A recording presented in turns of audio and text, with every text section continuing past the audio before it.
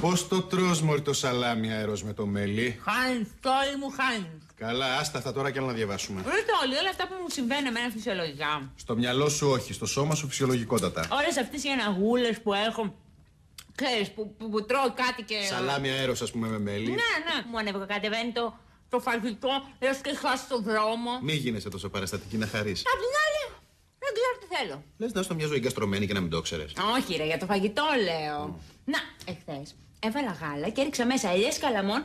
Ξέρεις, απ' της μάνας του Λάμπη που είχε φέρει. Τόσες καρύδια. Σταμάτα, μωρή, σου λέω, με τα καρύδια. Απ' την άλλη, τα ξαφνικά κλάματα, ιστερίες στα νεύρα. Όλα αυτά μάλλον θα είναι αποτέλεσμα της αυτοκριτικής σου. Μπράβο, Τόλι, μπράβο. Εγώ σου ζητάω συμπαράσταση και εσύ με βρίζεις. Έλα, μωρή, πλάκα κάνω. Όλα είναι φυσιολογικά. Οι ορμόνες σου φταίνε. Ορμόνες. Ναι, τα ιστρογόνα, η προλακτίνη, η οοκτίνη. Ποια είναι αυτά τα κτίνη? Χάμηρο παιδί, τη μάνα σου πέσε. Να! Που να μισώσει, κατάλαβες, ο μαλάκας με σύγχυσε πάλι. Τα ακούς, όχι για να καταλάβεις τι κουμπάσι πατέρα έχεις. Τώρα που τα λέμε μεταξύ μας το χόντριες και εσύ, εντάξει? Για σε παρακαλώ, δεν πρόλαβα τον ξαποστήλο, άρχισε να μου ξενοπηδάει. Τι έγινε, Μαρινάκη, ζηλεύουμε? Εγώ να ζηλέψω αυτό το μπουράκλα. Ας γελάσω η γυναίκα και δεν μπορώ και έχω και ζαλάδες. Έλα. Πάμε τώρα μέσα να ξαπλώσεις, να ηρεμήσεις για ταράχτηκες. Ναι, ταράχτηκα. Θα σου φέρω κάτι. Ναι, βρε το αν μπορείς. Τι, παιδί μου? Κάνει γιουβαρλάκι έτσι με λίγη σαλτσούλα. Και ένα πουπονάκι αν σου βρίσκεται. Βάζουμε 6 γαρίδες, 1 κιλό ντομάτες, 200 γραμμάρια φέτα, να ανακατεύουμε λίγο κασέρι. Ναι. 2 κουταλάκια ταμπάσκο. Ναι. Πιο σιγά καλέ και δεν προλαβαίνουμε. Πολύ προσεγμένο αλατάκι. Γιατί? Λίγο αλατάκι. Μαρή.